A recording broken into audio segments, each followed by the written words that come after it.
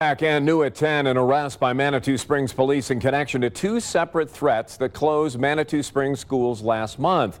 News 5's Natalie Chuck in Manitou for us tonight. You spoke with the school resource officer there, Natalie, about what goes on behind the scenes to keep these schools safe. What'd you find out?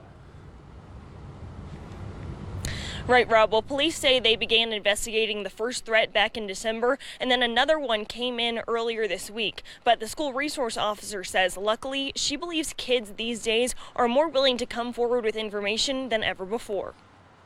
Students are really understanding the gravity of these things, and they don't want anything bad to happen, obviously. Parents of Manitou Springs students can rest a little bit better tonight, knowing police made an arrest in connection to multiple threats against the school district. Trust that we are going to take it seriously and track it down and figure it out, because all of our main priority is keeping everybody safe. Manitou Springs police say they arrested a juvenile on multiple charges, including 4 felony counts, among them inciting destruction of life and property and false reporting of explosives, weapons, and harmful substances. But for Manitou mom Michelle Beckman, the news is bittersweet. They had no option but to make an arrest.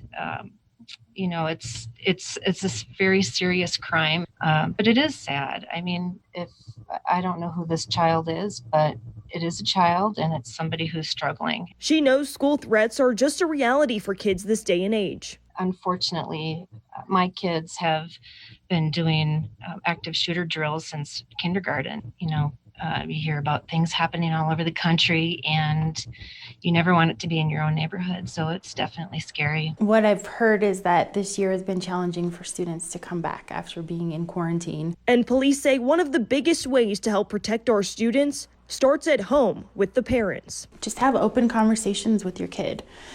You know, I think a lot of parents are afraid to talk about things like this, but we have to. It's just kind of the day and age we're living in.